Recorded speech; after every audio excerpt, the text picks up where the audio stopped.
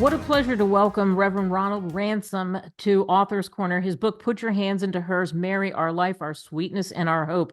This is an in-depth look at Mary, the mother of Jesus, and a woman who has exemplified a mother's love. It is so unique, so interesting, and it is thrilling to have him on. Reverend, what made you write this book? I knew I didn't want to write another theology book or a Mariology book. I wanted to write something that people could read and understand and would excite them to read about her. And can I tell you this one little story quick? Let's hear it. I'm down here at Perryville, Missouri, at the Shrine of Our Lady of the Miraculous Medal. And then one Sunday, I got a call at the gift shop. Would you come over? There's two women who want to see you. I said, okay. So I went over there. And the woman said to me, she said, I got your book. I said, oh, fine. She said, you wrote a love story, didn't you? I said, you caught it. I started to write a book, Kate. I ended up writing a love story between her, Mary, and myself. Wow. And in the book, you really humanize Mary. Well, I've studied almost 100 of Marian apparitions throughout the world. And what comes out in those apparitions to me is her humanity and her femininity, more than you get. You don't pick that up in the Bible so much. In Luke and in Matthew, you get a little bit, but you have to read between the lines in Scripture. You have to use your common sense in Scripture when you read. I don't know. I don't want to get into big theological arguments, but that's the way I see it. You know? Right. And so, but it's true. I said, right. I mean, it's just her humanity comes out. I mean, it's like I'm going, like, for example, just looking at her and her life with Jesus. I mean, she has this baby. It's the Son of God. Yes, Jesus. Yes, but guess what? She changed his diaper. She nursed him. She burped him. She rocked him to sleep. She probably sang to him. She taught him Aramaic. I mean, I can see her smiling and playing with him. We don't think about stuff like that.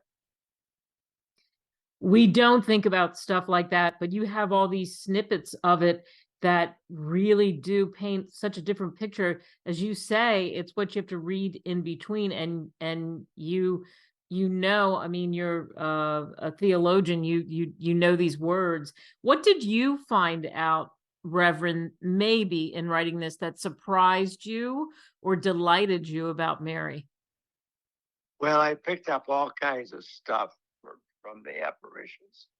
I picked up all kinds of things.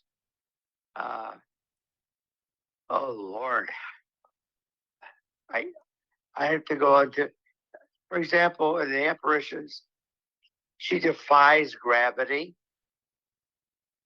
and she's always she stands above the ground with an oval light around her, which is probably not light, but we call it light because we don't know what else to call it.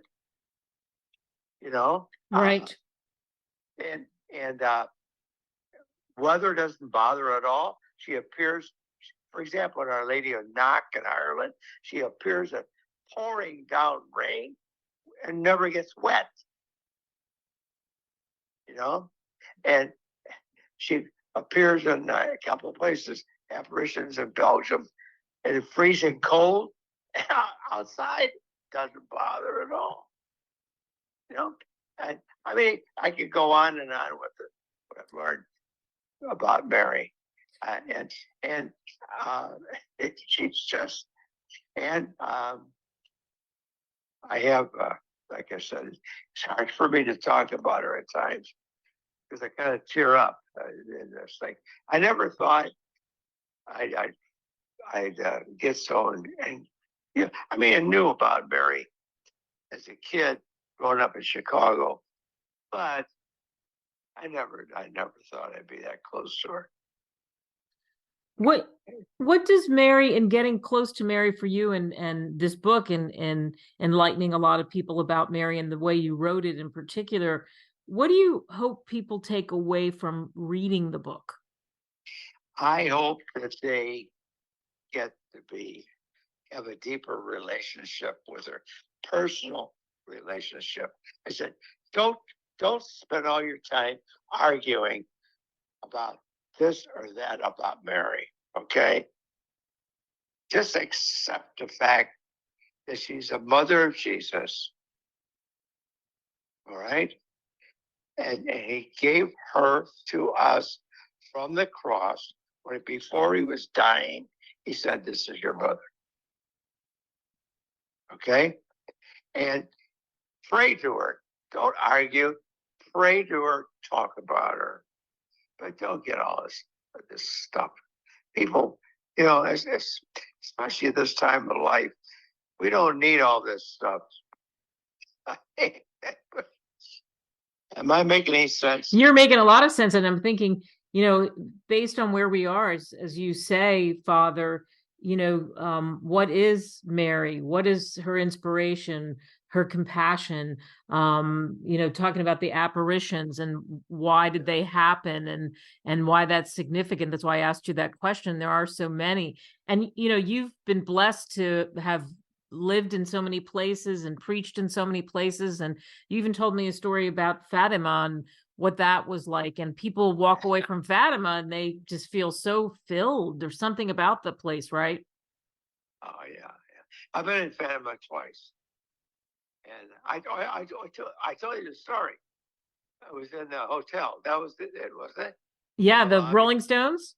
Yeah, I met the whole Rolling Stones, and I was talking to them, and I said, these are really nice guys. I didn't know they were Rolling Stones. And they had just played in this humongous crowd the night before, and I think they realized. I didn't ask them for autographs or pictures or anything. That's always remember.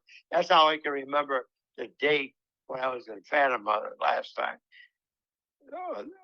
No, the first time, because of the Rolling Stones. So I put that in my book about Fatima. Yeah, yeah. Right, about the brush with the Rolling Stones. I love that. Yeah. Yeah. And that's what's interesting about your book. Your book is just, I call it, from a scholarly man who is steeped in the knowledge of Mary and so much more. You're able to just relate to anyone on any level, and you talk about so much in the book. One of the things I think is really interesting is you talk about in one of the chapters, why does Mary have so many names, titles, and feasts? And you're right. 6,000. Wow. And let me tell you, this was been substantiated by some doctor who wrote. He figured all this out, and he wrote about every title we find out about Mary, and it gets back to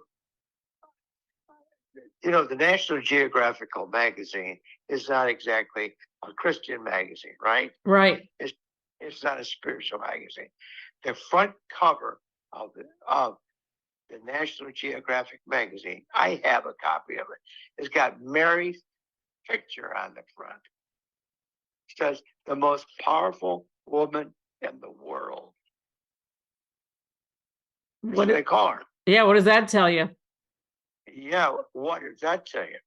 And I said, I'll take it a step further. She's the most powerful woman in existence. But Kate, she has no power of her own.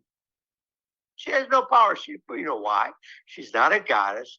She's not an angel. Right. She's not divine. She's a fully human person, but she's backed by God. And God power is behind her. Yep. Everything she does, every time she appears in any place, she has God's, permission.